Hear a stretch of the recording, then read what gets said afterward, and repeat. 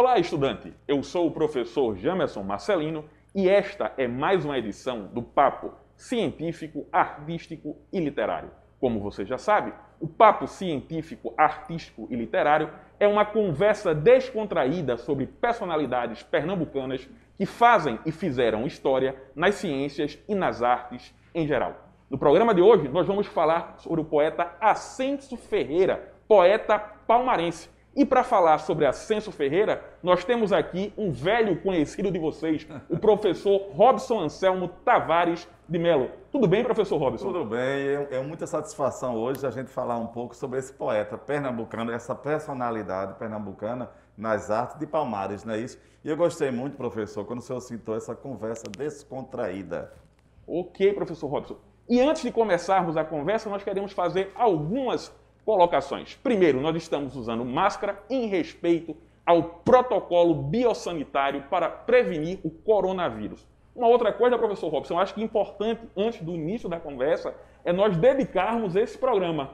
O senhor concorda, professor Robson? Concordo, não apenas para todos os estudantes, mas há umas dedicatórias em especial. Isso, nós queremos dedicar o programa de hoje aos nossos colegas da GRE de Palmares, terra do Grande Ascenso, e também a professora da Rede Pública Estadual de Pernambuco, Maria Pereira, estudiosa do poeta, e que conversou um pouco conosco, né, sobre o poeta Ascenso Ferreira. Professor Robson, o poeta Ascenso é o seu assunto de hoje. Interessante, professor, justamente antes da gente começar aqui, é lembrar, como o senhor falou, essa conversa descontraída. Isso. Descontraído, esse bate-papo descontraído. Então, um poeta musical, vamos conhecer esse poeta. E nós temos aqui um poema que o professor Jamerson vai ler. Poderia ler? Na tela. O poema Filosofia, pessoal. Hora de comer, comer. Hora de dormir, dormir. Hora de vadiar, vadiar. Hora de trabalhar, pernas para o ar, que ninguém é de ferro. Bastante irônico esse poema, né, professor Robson? Irônico, e veja que há uma musicalidade aí, essa apologia, a ironia, até o ócio criativo. O ócio criativo, como fala aquele grande teórico italiano, Domenico de Masi, né? E é importante a gente lembrar, professor Robson, que o Ascenso, ele se mostra, digamos assim, um precursor, um vanguardista dessa teoria do ócio criativo, porque isso foi escrito na década de 20, e o Domenico de Masi, ele só veio propor isso no final dos anos 90. Né? E é importante lembrar que quando o professor Jamerson fala em ócio criativo, não é ócio, não é não fazer nada nesse caso. Ócio criativo, no caso de Ascenso Ferreira, vai ser, como nós vamos conhecer aqui no segundo slide, o que é que ele quer dizer com esse ócio criativo. Vamos ver?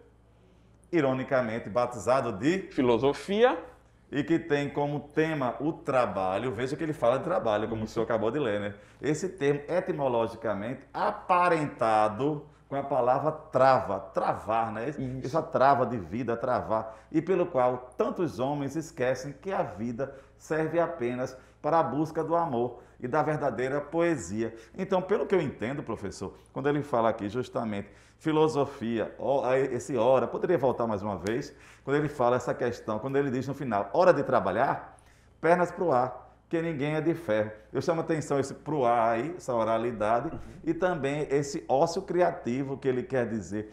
Vamos viver, vamos a poesia e o amor, não é isso, professor? Isso, vamos aproveitar, né? Vamos nos deleitar com a existência.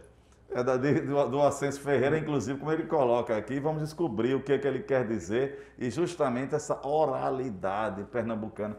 É importante, vamos questionar hoje por que a gente estuda Ascenso Ferreira. Vamos lá? Ascenso Ferreira foi um poeta brasileiro, um grande folclorista. Daqui a pouco nós vamos aqui, e o professor Jamerson vai ler de forma primorosa para vocês, essa questão do folclore, os versos dele, a questão do folclore pernambucano. Sua poesia é considerada um dos marcos do modernismo brasileiro. Atenção, estudantes, quando vocês entrarem no ensino médio, vão conhecer bem a questão do que é o modernismo. Eu vou antecipar, professor. É a liberdade. É importante um spoiler, exatamente. Só para não estragar a graça de vocês, no ensino médio vocês vão conhecer que o modernismo é liberdade criadora e busca pela identidade brasileira. Claro que é de forma bem concisa, eu falei. Tem mais coisas, vamos lá. Olha aqui uma foto icônica, Uma foto icônica do Ascenso Ferreira com o seu tradicional chapéu de palha, né, de terno, né, elegantemente vestido de terno, e ao mesmo tempo usando esse chapéu de palha tão típico, né, do Nordeste do Brasil. Interessante, professor, olhando essa foto, mais uma vez peço aqui a foto dele, é que como aqui em nossa série, em algumas aulas anteriores, a gente debateu, lê estátuas, lê o concreto, Isso. e aqui lê também a fotografia. A imagem, né? Exatamente. Esse chapéu aqui me reponta muito ao Nordeste. Exatamente. Vai para o Nordeste, esse modo A cultura popular, né? Cultura popular na qual, inclusive, o Ascenso bebeu, né? Muito avidamente para produzir a poesia dele, né? Que traduz e muito, né? A nossa cultura. O professor, eu iria completar assim que ele não só bebeu, como viveu, né? Bebeu isso, exatamente. Intensamente. Intensamente. Podemos avançar, professor Robson? Podemos sim. Olha aqui, foi uma figura muito curiosa do nosso modernismo. Interessante essa palavra curiosa. Por quê? Veja só, professor, gostaria que o senhor lesse essa parte em vermelho. Sim. Irreverente, usava sempre um grande chapéu de palha que o caracterizava. Sua temática, e mais que isso, sua linguagem, tinha como referência central o regionalismo, os modos de falar de sua terra. O que me chamou a atenção aí, professor, justamente essa questão regionalismo e os modos de falar de sua terra. Isso me dá aquela questão da identidade, a pertença. Eu pertenço aqui, ao Nordeste. Não é essa questão modernismo, liberdade, eu sou nordestino. Pronto. Também dedico essa aula, esse bate-papo, certo? A todos os estudantes que querem entrar nesse universo da cultura, estudar, os estudantes que querem ser de letras, querem ser filósofos, sociólogos, estudar um pouco mais a sua terra. Então essas palavras, regionalismo e falar de sua terra, não é? Isso. Eu queria fazer um comentário, professor Robson, se o senhor me permite, sobre essa questão do irreverente. Pessoal, um dos traços marcantes do Ascenso, né, além do grande, né, talento musical na poesia, né? A poesia de Ascenso é uma poesia extremamente musical, né? Fortemente baseada na oralidade, como bem pontuou o professor Robson, era personalidade reverente. Para dar uma ideia a você, cara estudante, o poeta Ascenso Ferreira era mais ou menos como aquele colega que você tem, que é a alegria da festa e dos encontros da turma. Aquele cara engraçado, brincalhão, que sempre tem um dito, né? Que leva todo mundo, né, a rir. Contam-se várias histórias, professor Robson, a respeito do Ascenso, e numa é que ele estava no centro do Recife, numa das ruas lá, conversando com os amigos, e de repente uma senhora, né, bastante pesada, sentou-se num banco, né, e o banco quebrou. E o Ascenso, ele começou a rir, né, mas rir assim, desbragadamente, exageradamente. E um colega que estava com o Ascenso censurou: Ascenso, como é que você ri de uma pessoa, senhora que acabou de cair do banco? Isso não é bonito, Ascenso. Ele olhou para ele e fez: eu não estou sorrindo, eu não estou rindo porque eu vi uma pessoa caindo do banco. Eu estou caindo porque é a primeira vez que eu vi um banco quebrar por excesso de fundos. Ou seja, pessoal, o Ascenso era alguém que sempre tinha uma piadinha pronta para fazer todo mundo rir. E é justamente aqui essa brincadeira, isso lembra muito bem, realmente, que você bem pontuou, os nossos estudantes, que tem essa veia cômica. Exatamente. Vamos adiante, professor Robson. Aí, nós temos aqui uma poesia que eu vou pedir para o professor Jamerson ler, questão do cinema. Aqui vocês vão ver que é uma poesia narrada e há aqui, justamente nessa poesia, o deslumbramento de uma pessoa que não conhecia o cinema diante do cinema. Vamos ver? Da Acompanhe invenção. na tela. Mas, dona Dina, aquilo é que o tal cinema, o homem saiu atrás da moça, pega aqui, pega acolá, pega aqui, pega acolá, pega aqui, pega acolá, até que pegou-la e sustentou-la, danou-lhe um beijo, danou-lhe um beijo, danou-lhe um beijo, né? Eu vejo aí, tanto aquela questão, veja que é uma poesia narrada, ele contando o deslumbramento dele, aliás, seria mais ele estar atônito diante do cinema, né? Os valores dele apegados, né? Isso. E ele atônito com a cena. E eu vejo também aqui, justamente, o vocabulário bem típico do Nordeste. Danou-lhe, olha aí essa questão. Isso que eu vejo dentro dessa poesia de Ascenso. Um outro aspecto interessante, só para a gente comentar, é que talvez para o nosso estudante, ele nem sempre seja claro o porquê dessa polêmica toda que está aí, né, esse espanto, né, que é representado no diálogo que está aí no poema. É preciso entender, pessoal, que isso é o início do século XX, costumes ainda muito conservadores, então o cinema, quando surge, trazendo acontecimentos, fatos e comportamentos que nem sempre eram de domínio comum, causava esse tipo de perplexidade. Estranheza, né? Isso. É mais ou menos, pessoal, como algumas polêmicas de rede social. Né? O cinema já foi uma novidade e, como novidade, trazia tanto fascínio, como bem disse o professor Robson, estranheza. Né? E o Ascenso muito atento a tudo isso aí.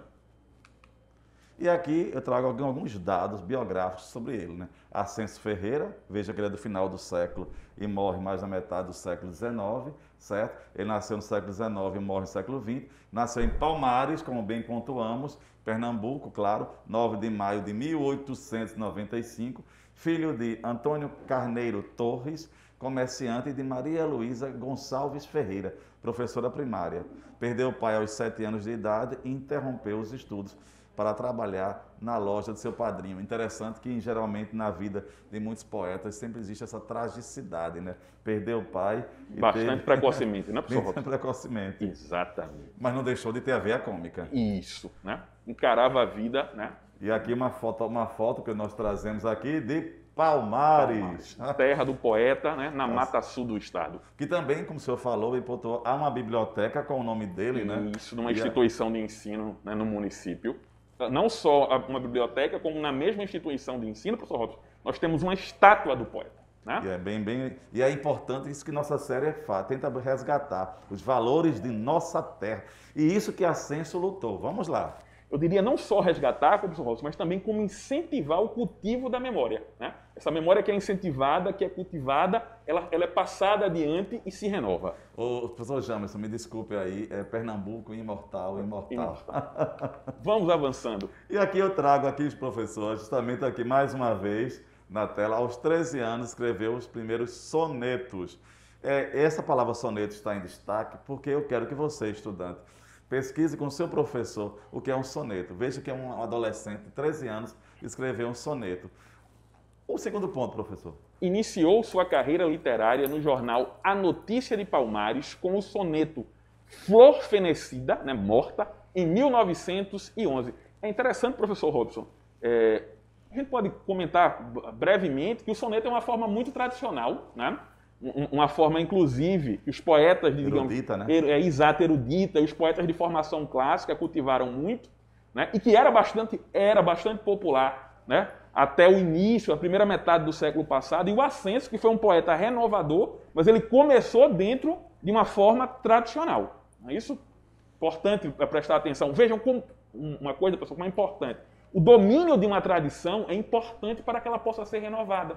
E é importante que o estudante saiba os nossos valores e saber por que ele utilizava o regionalismo, ele não deixava de conhecer o que é clássico. É importante saber disso. Isso. E ainda assim, professor, a gente pode também comentar um outro aspecto, né, com relação a esse primeiro soneto. O próprio nome, Flor Fenecida, né? Isso é um nome um tanto quanto parnasiano, né? Clássico. Flor morta, clássico, né? Então, assim, o poeta que depois mergulhou no regionalismo, que se alimentou, né, pela cultura popular, ele teve um começo, digamos, de formação clássica, como disse o professor Robson.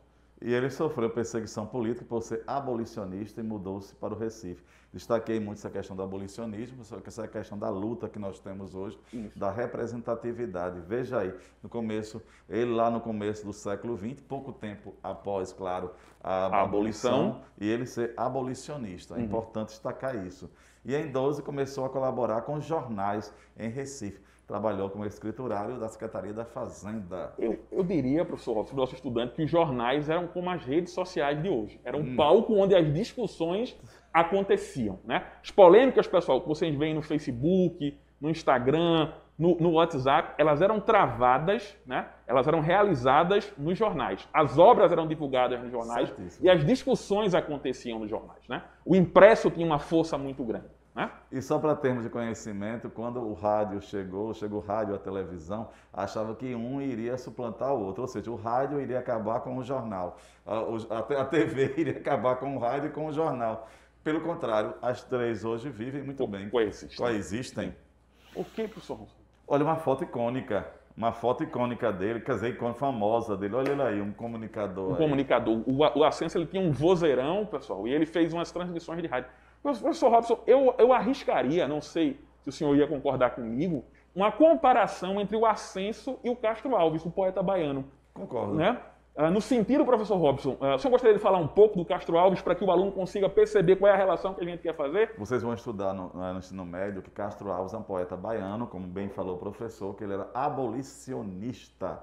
E o nosso Ascenso Ferreira com essa veia abolicionista também. Então é importante que vocês saibam fazer um encontro, conhecer uma comparação entre um baiano e um pernambucano, ou seja, poetas de diferentes localidades, diferentes épocas, mas que têm uma veia em comum, um ponto em comum. Isso. Além dessa preocupação temática, outro aspecto que a gente podia ressaltar para reforçar essa ligação entre o Ascenso e o Castro Alves é que tanto na poesia do Ascenso quanto na do Castro Alves existe uma oralidade muito forte. Né? Um outro aspecto importante, pessoal, é que tanto o Ascenso Ferreira, professor Robson, quanto o Castro Alves eram exímios declamadores dos próprios poemas. O senhor pode falar um pouquinho da atuação do Castro Alves aqui, professor Robson? Lembrar que Castro Alves era um poeta, no caso, como eu falei, abolicionista, estudou aqui em Recife, aqui na Faculdade de Direito do Recife, ali na porta da faculdade, ele gritava com o seu vozeirão, certo? Seus versos abolicionistas, republicanos, ele era um porta-voz do povo, dessa, como é que eu posso dizer, dessa voz inflamada. E o Ascenso Ferreira com a oralidade dele popular, né? E que viajava o Brasil declamando os próprios poemas. Okay. Vamos avançando. Um ponto importante, vamos lá, professor. Isso. Em 1922, né, Recife vivia uma época intensa, né, de movimentação literária, e nesse momento o Ascenso iniciou sua colaboração com os jornais Diário de Pernambuco e A Província e tornou-se amigo dessas duas personalidades aí marcantes, né?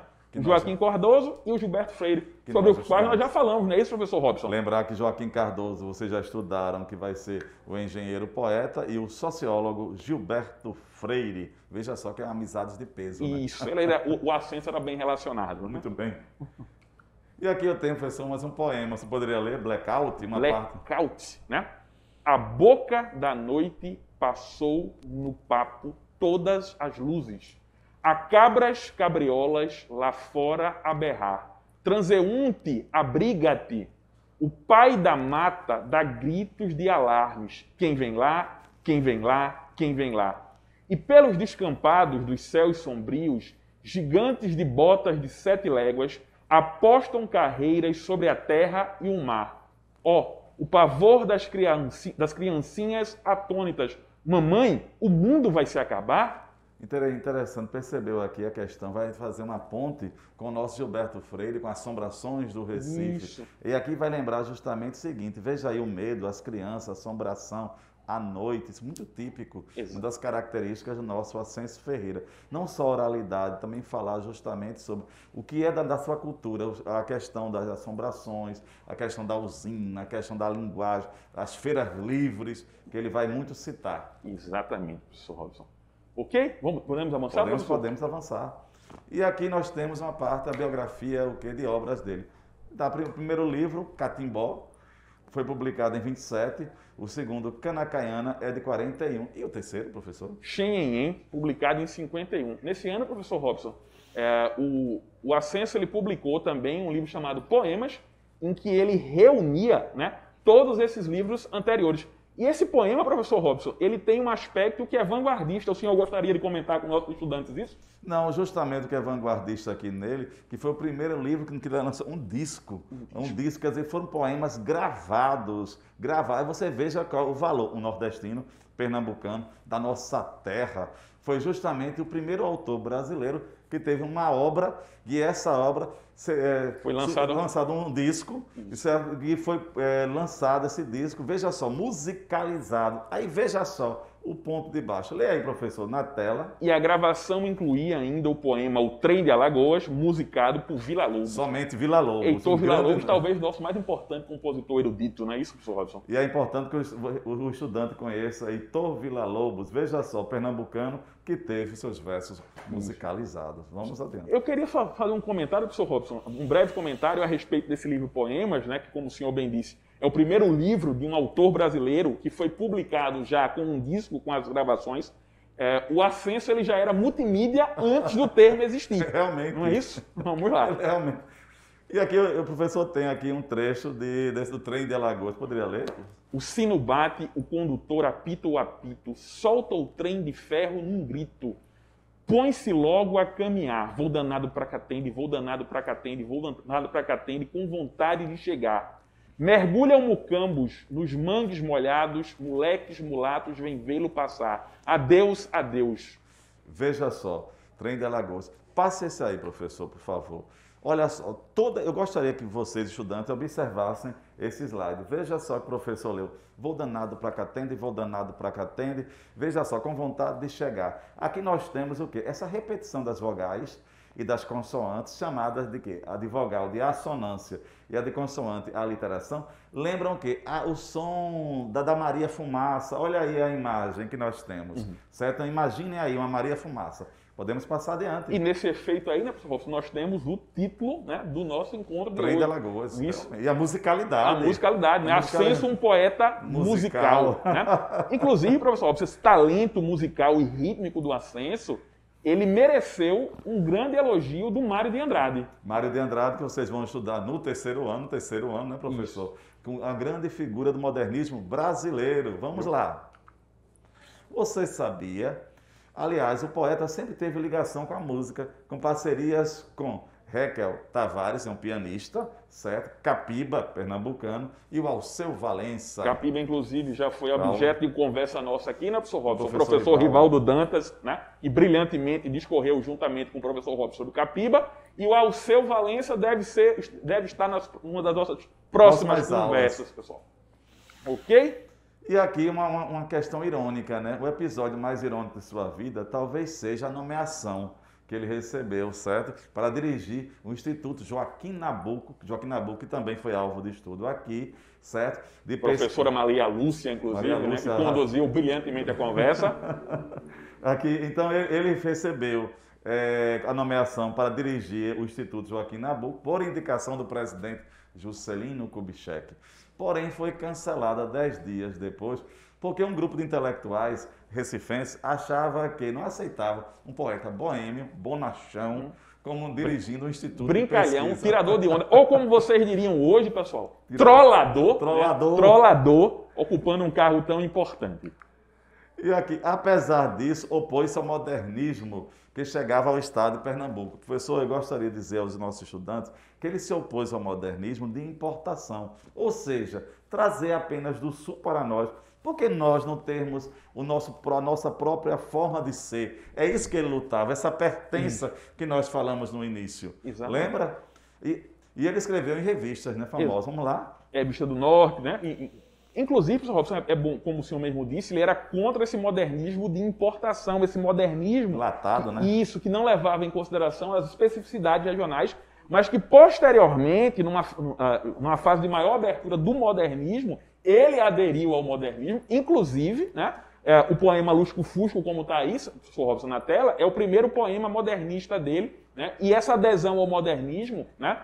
Mereceu elogios, como nós já dissemos, do Mário de Andrade. E eu gostaria aqui, só lembrar que um livro que eu ganhei aqui do professor Jamerson, desde já, muito obrigado, ele escreveu, olha aí a oralidade, olha aí o modernismo.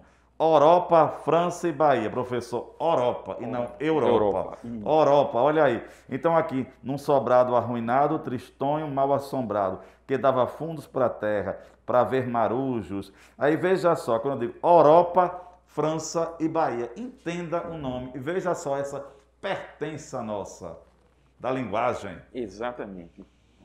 Podemos passar adiante. E aqui, ele escreveu em várias revistas, como nós temos aqui, certo? Periódicos, a Revista do Norte, Revista de Pernambuco, Revista de Antropofagia.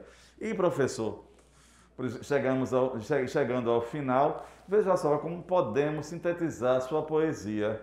Sua poesia é considerada um dos marcos do modernismo brasileiro. Sua obra foi marcada por forte nostalgia do processo de transformação que ocorria na região açucareira, quando os engenhos desapareciam e no seu lugar surgiam as usinas. A gente também pode, nesse caso, professor Robson, fazer uma ligação entre o Ascenso Ferreira e o José Lins do Rego. Que é um escritor paraibano. Gostaria de estudar com nossos estudantes. Pois eu gostaria de lançar aqui um desafio, professor. Eu lanço o desafio que os nossos estudantes começassem a ler um pouco, pesquisar um pouco esse poeta de Palmares e ver essa pernambucanidade, essa nordestinidade, aliás, na obra dele. E o senhor, professor? Eu recomendaria, professor Robson, a leitura de um poema chamado Noturno, justamente em que o Ascenso ele toca naquelas questões referentes às assombrações do Recife, né? Que é uma maneira, inclusive, da gente recuperar o diálogo, né, com outras conversas que nós tivemos aqui, né, sobre assombrações do Recife Velho, conversas essas que foram conduzidas pelo professor Robson e pelo professor Diógenes Américo. Então, o poema Noturno, pessoal, é uma boa maneira da gente estabelecer esse diálogo e conhecer um pouco mais o Ascenso. Então, minha gente... Por hoje, né, estamos terminando mais esta conversa. Nós agradecemos muito, né, a atenção de vocês e nos encontramos num próximo papo. Valeu, pessoal. Muito obrigado.